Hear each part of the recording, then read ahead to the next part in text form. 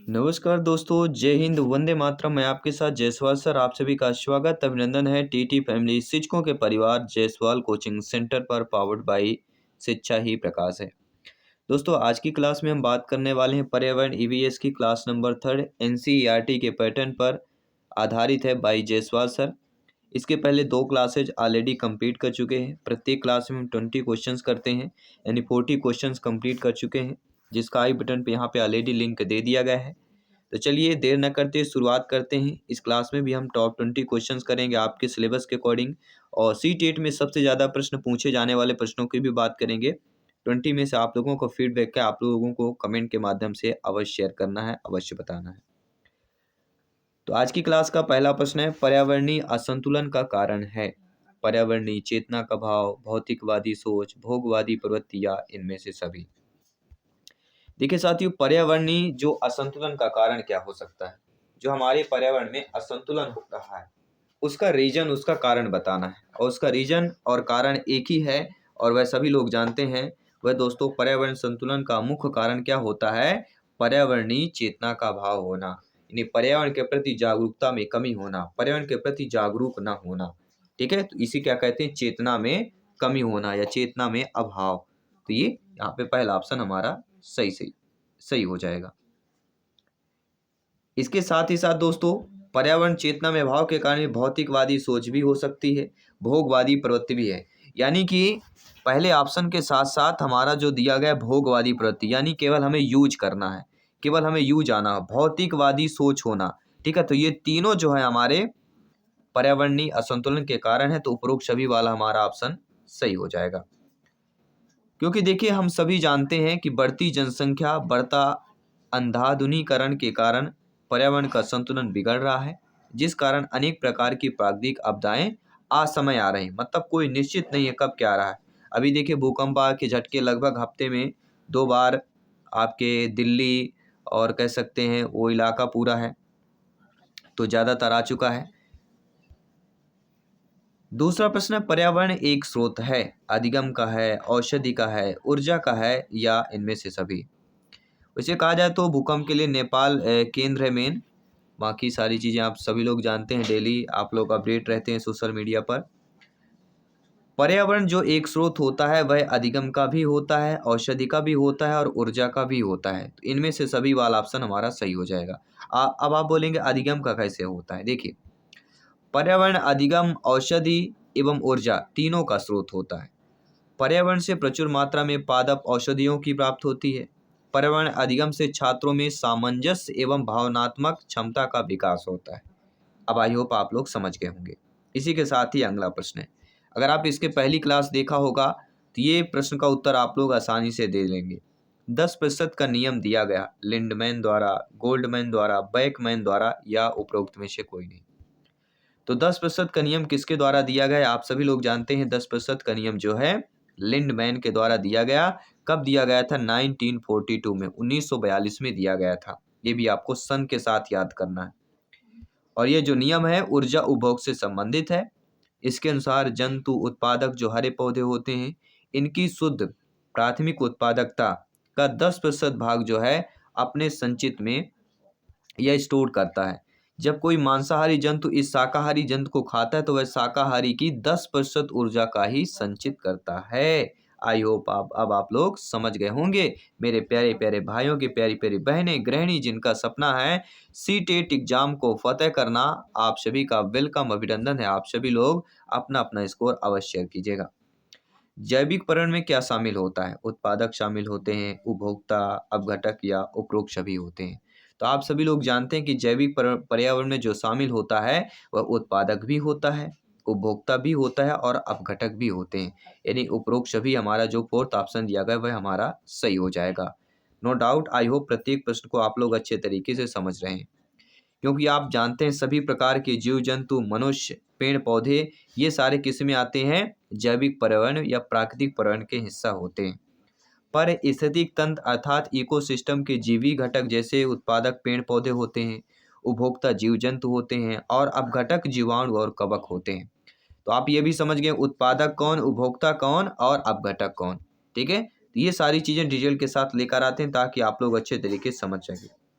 अब देखिए यहाँ ऊर्जा संवहन के आरेख को ध्यानपूर्वक आपको बताना है। ऊर्जा संवहन का आरेख आपको दिख रहा है स्क्रीन पर। इस आरेख के माध्यम से आपको बताना है कि कौन सा सही होगा। तो इस आरेख में देखेंगे सूरज, 3 बकरी, 5 मनुष्य, ये वाला सी वाला ऑप्शन हमारा सही हो जाएगा, क्योंकि 10% का मात्र स्थानांतरण होता है ऊर्जा, सभी जानते हैं। पृथ्वी पर ऊर्जा का चरम स्रोत क्या है?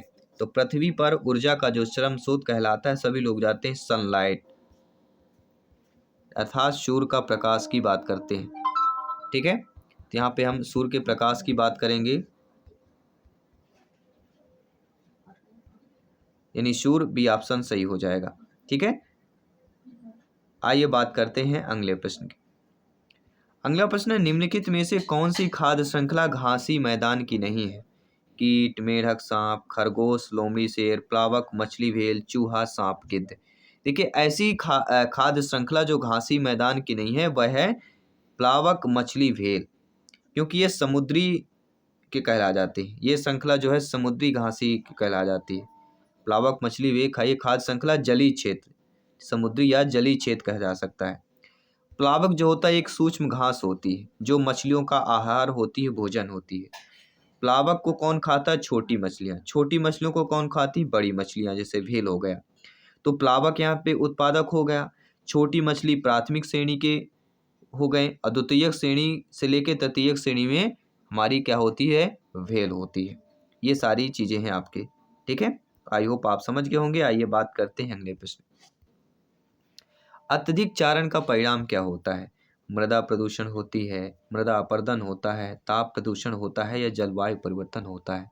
आप सभी लोग जानते हैं अत्यधिक चारण का परिणाम क्या मिलता है। ठीक है ना, कहते हैं आपने कितनी तैयारी की, आपका परिणाम रिजल्ट बताता है। इसी प्रकार जब अत्यधिक चारण हो जाएगा, यानी जब चारा अत्यधिक चरण किया जाएगा, उसका परिणाम यह होता है कि मृदा अपरदन होती है। जब चारा का अत्यधिक चरण होगा तो पकड़ मिट्टी में कम होगी। जब पकड़ मिट्टी में कम होगी तो धीरे धीरे मृदा का अपरदन, मृदा का कटाव होने लगता है। बी ऑप्शन सही हो जाएगा। ठीक है, क्योंकि भूमि को कौन ढकता है? ये जो अत्यधिक चारा होता है, चारा भूमि को ढकता है, और ये ढकने वाली घास वनस्पति नष्ट हो जाएगी, जिसके कारण खुली भूमि जो होती है मृदा के पकड़ कमजोर हो जाती है, और वे जल तथा वायु के वेग से एक स्थान से दूसरे स्थान तक आसानी से बह जाते हैं, जिसके कारण भूमि की उर्वरता जो है फिर नष्ट हो जाती है। अगला प्रश्न दिया गया कि ह्यूमस निर्माण में कौन सहायक होता है? उत्पादक होते हैं, अपघटक होते हैं, उपभोक्ता होते हैं, या ये सभी होते हैं? सभी कमेंट कीजिएगा मेरे प्यारे मित्र, प्रत्येक भाई बहन गृहिणी। जी हाँ, सभी मित्रों को जय हिंद, वंदे मातरम, इंकलाब जिंदाबाद। सभी कमेंट कीजिएगा मेरे प्रत्येक भाई बहन, प्रत्येक शेर शेरनी, प्रत्येक शिक्षक बंधु जिनका सपना है एग्जाम को फतेह करना। तो ह्यूमस निर्माण में जो सहायक होता है वह होता है अपघटक, और अपघटक का सभी लोग जीवाणु और कवक अच्छी तरीके से आप लोग जानते हैं, क्योंकि जिसमें जैविक पदार्थों की भरपूर मात्रा होती है उसे क्या कहते हैं? ह्यूमस। और अपघटक ह्यूमस के निर्माण में महत्वपूर्ण भूमिका निभाते हैं। ये क्या होते हैं? ये अत्यंत महत्वपूर्ण जीवी घटक होते हैं जो उत्पादक तथा उपभोक्ता की मृत्यु के पश्चात उनके शरीर का अपघटन करते हैं, तथा इनसे निर्मित जो साधारण पदार्थ होते हैं उनके द्वारा अपना भोजन तथा ऊर्जा प्राप्त करते हैं। और ह्यूमस के बनने से मृदा की जलधारक क्षमता, वाटर होल्डिंग कैपेसिटी क्या होती है? बढ़ती है। वातन क्षमता तथा जो सारंधता होती है, मिट्टी में जो नमी छिद्र होता है, वो भी बढ़ती है। तो ह्यूमस की उपस्थिति मिट्टी को फिर से क्या बना देती है? उपजाऊ बना देती है। अगला प्रश्न आपके स्क्रीन पर है। वनों के कटान के प्रमुख परिणाम क्या होता है? अगर वन को लगातार काटा जा रहा है, इसका प्रमुख परिणाम क्या होगा? वन्य प्राणियों के प्राकृतिक आवास का विनाश हो जाएगा, जल चक्रण प्रभाव होगा, मृदा अपरदन होगा। अब इनमें से आपको बताना कि कौन सा कथन हमारा सही होगा। देखिए, वनों के कटान का प्रमुख कारण कि वन्य जीव, वन्य प्राणियों के प्राकृतिक आवास का भी विनाश होगा, क्योंकि आवास वन पे ही रहते हैं उनका घर। ठीक है, जल चक्रण पर भी प्रभाव पड़ता है, और मृदा अपरदन तो अवश्य होता है। तो ये तीनों जो आपके परिणाम है, तो हमारा जो डी ऑप्शन दिया कि फर्स्ट सेकंड थर्ड तीनों, बिल्कुल तीनों हमारे डी वाला ऑप्शन सही हो जाएगा। आइए बात करते हैं अगले प्रश्न की। नदी मुहाने के लक्षण क्या होते हैं? हमें कैसे पता चल जाएगा कि यहाँ नदी या मुहाना है? ठीक है, उनके एक लक्षण होते हैं और उनका लक्षण क्या होता है?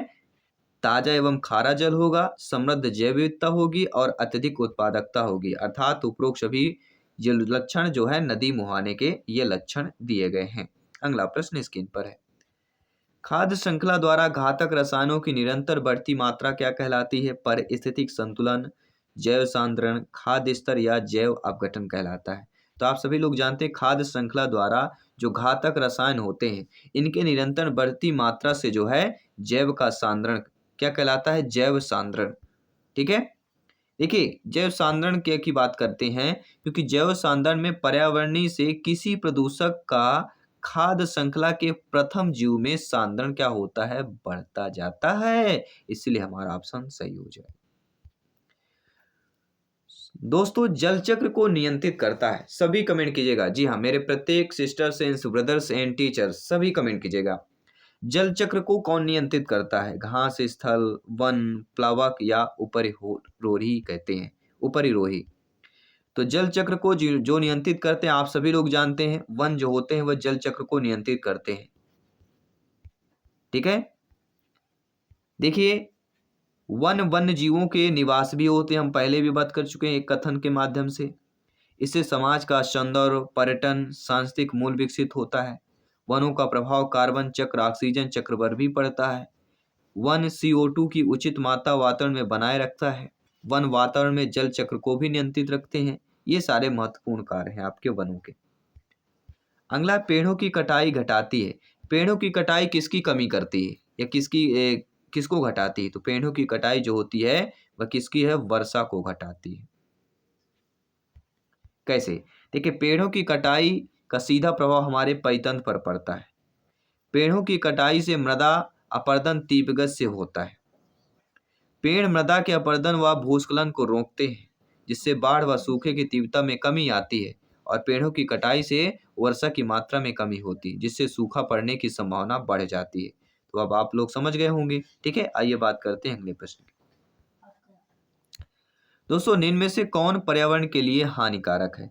तो पर्यावरण के लिए हानिकारक सबसे ज्यादा प्लास्टिक होता है और ये काफी बार CTET में आया हुआ प्रश्न है। साथ ही साथ अदर स्टेट लेवल में भी यह प्रश्न पूछा जाता है, इसलिए यह प्रश्न आपका इंपॉर्टेंट है, नोट कर लीजिएगा। आइए बात करते हैं अगले प्रश्न की। अगला प्रश्न है, आसपास के वातावरण में पशुओं और पौधों के संबंध के अध्ययन को क्या कहा जाता है? मतलब हमारे चारों तरफ वातावरण में जो पशु और पौधों को संबंध में अध्ययन कहलाते हैं उसको क्या कहा जाता है? पारिस्थितिक विज्ञान कहा जाता है, नृजाति विज्ञान, वंशावली विज्ञान या प्रतिभा शास्त्र कहा जाता है। तो आप सभी लोग जानते हैं पशुओं और पौधों के संबंध के अध्ययन को क्या कहा जाता है? हम सभी ये जानते हैं कि पारिस्थितिक विज्ञान कहा जाता है। पर इसकी जीव विज्ञान की एक शाखा है जिसमें जीव समुदायों का उसके वातावरण के साथ पारस्परिक संबंधों का अध्ययन करते हैं। प्रत्येक जंतु या वनस्पति का एक निश्चित वातावरण में रहता है। और पर इसकी शब्द का सर्वप्रथम प्रयोग किसने किया है? कई बार पूछा जाता है, अर्नेस्ट हैकेल ने किया था। ये भी आपको नोट कर लेना है। अगला प्रश्न दिया गया आप लोगों की स्क्रीन पर है कि इकोलॉजी शब्द की रचना किसने की थी? अर्नेस्ट हैकेले ने, जी एवलिन हचिंसन ने, ह्यूगो डी ब्रिज ने, रॉबर्ट ब्राउन ने। तो सभी लोग जानते हैं जब भी इकोलॉजी शब्द की रचना के जिक्र होता है तो अर्नेस्ट हैकेले ने की थी, ये सभी लोग जानते हैं। ठीक है, कब की थी? देखिए सर्वप्रथम अर्नेस्ट हैकेले कौन से कहलाते हैं? एक प्राणी विज्ञान शास्त्री थे। अर्नेस्ट हैकेले कौन से शास्त्री थे? एक प्राणी विज्ञान के शास्त्री थे। इन्होंने 1869 में इकोलॉजी शब्द का प्रयोग किया। इकोलॉजी शब्द दो ग्रीक शब्द ओइकास हाउस लोगोस स्टडी अध्ययन से मिलकर बना हुआ है। ठीक है, ओइकास मतलब क्या होता है? हाउस, लोगोस मतलब स्टडी। आइए बात करते हैं अगले प्रश्न की। इनमें से किसे अजैविक पर्यावरण के एक भाग के रूप में नहीं माना जाता है? देखिए वायु, पानी, मिट्टी ये तीनों अजैविक पर्यावरण के भाग हैं, लेकिन जो पौधा आ जाता है ये हमारा कौन सा पर्यावरण कहला जाता है? पौधे हमारे जैविक पर्यावरण के भाग कहला जाते हैं, इसलिए ये हमारा अजैविक पर्यावरण का भाग नहीं होगा। पहला ऑप्शन सही हो जाएगा। आइए बात करते हैं अगले प्रश्न की। अगला प्रश्न यह है कि जीवाणु के वातावरण के जीवित भाग को क्या कहा जाता है? अजैविक कारक, आवास, जैविक कारक या अजीवित कारक कहा जाता है। तो जीवाणु के वातावरण के जीवित भाग को क्या कहा जाता है? जैविक कारक, क्योंकि जीवित भाग पूछा गया है। तो जब जीवित भाग है तो आप सभी लोग जानते हैं कि जैविक कारक की हम बात कर रहे हैं, यानी कि हमारा सी वाला ऑप्शन यहाँ पर सही हो जाएगा। इसी के साथ ही इस क्लास का 20वां प्रश्न स्क्रीन पर है और टोटल आपका 60 क्वेश्चन आज हम कंप्लीट करने जा रहे हैं। मानव प्रजाति को इको प्रणाली को किस श्रेणी में आती है? तो मानव प्रजाति इको प्रणाली के किस श्रेणी में आती है? सर्वाहारी, मांसाहारी, शाकाहारी या प्राणी मंद प्लवक या जूप्लैंकटन की बात करेंगे। तो मानव प्रजाति इको प्रणाली की किस श्रेणी में आती है? आप सभी लोगों को कमेंट करके बताना है। ये सभी के लिए मॉक क्वेश्चन के रूप में है, आपको कमेंट करके बताना है। साथ ही साथ 20 में से आप लोगों ने कितना स्कोर प्राप्त किया, कितना कमेंट किया, कितना आपके आंसर सही हुए, आपके अपने अंदाज से आपको कमेंट करके अवश्य बताना है। मैं आपके साथ जयसवाल सर मिलता हूँ आपकी अगली क्लास पर। सभी मित्रों को जय हिंद, वंदे मातरम, धन्यवाद।